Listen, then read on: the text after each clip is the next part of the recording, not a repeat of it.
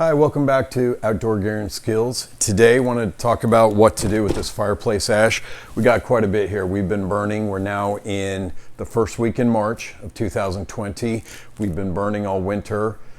Typically here in Oregon we get some madrone, which is really good. It burns really hot. It doesn't leave a lot of ash, but oak, pine, things like that, it leaves quite a bit of ash. So what we're going to do with this, instead of just throwing it in the dump, we're going to go ahead and pull all of this out, and we're going to do something useful with it. So there's quite a bit. I'm just using a dustpan and a clear bucket that we have to get a lot of this out of here.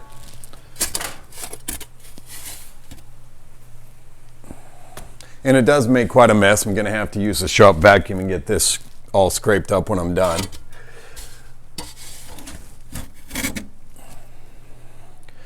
So we're going to keep working on this a minute and we'll get right back with you. All right, so I've got this big old bucket of ash now. It took a couple minutes, a little bit dirty, but last year we put about the same amount of ash, sprinkled it through our garden, and it really helped. It helped put in calcium, magnesium, potassium, other trace elements. So I'll typically just use the same dustpan. I want to go kind of thin. I don't want to drop it in globs, but I'm just going to kind of, that's probably a little too thick, but it's because I'm using my left hand. So I just want to kind of spread that around a little bit, and then we're going to rototill it in here in just a few minutes. But instead of having to go pay dump fees and do that kind of thing, this is just going to help as I just kind of sprinkle this a little bit, and we're going to get all these elements back into our garden. Here in Oregon, obviously we get a lot of rain. We grew a lot of different types of peppers. We did cucumbers, and those went crazy. We did corn a little bit. I don't think we're going to do that this year. We did zucchini, and that went crazy.